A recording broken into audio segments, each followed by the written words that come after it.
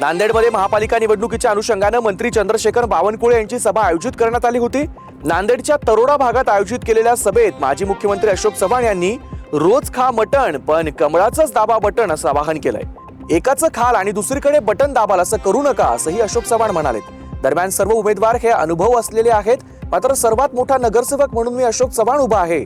मला सत्ता द्या, मी निवडून आलेल्या नगरसेवकांचं कान धरून काम करून घेईल असा विश्वास अशोक चव्हाण यांनी जाहीर सभेत व्यक्त केलाय।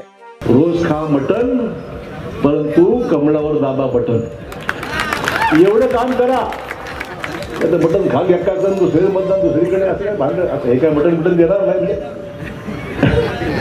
त्यामुळे हे सगळे आपले उमेदवार या भागातले उत्तम काम करणारे आहेत, तुम्ही त्याचा अनुभव घेतलेला आहे। सगळ्यात मोठा तुमचा नगरसेवक अशोक चव्हाण उभा आहे तुमच्या समोर।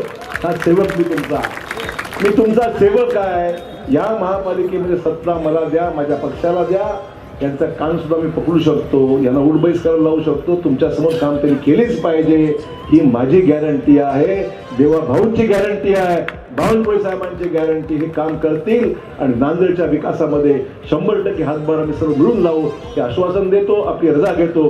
जय हिंद, जय महाराष्ट्र, जय श्री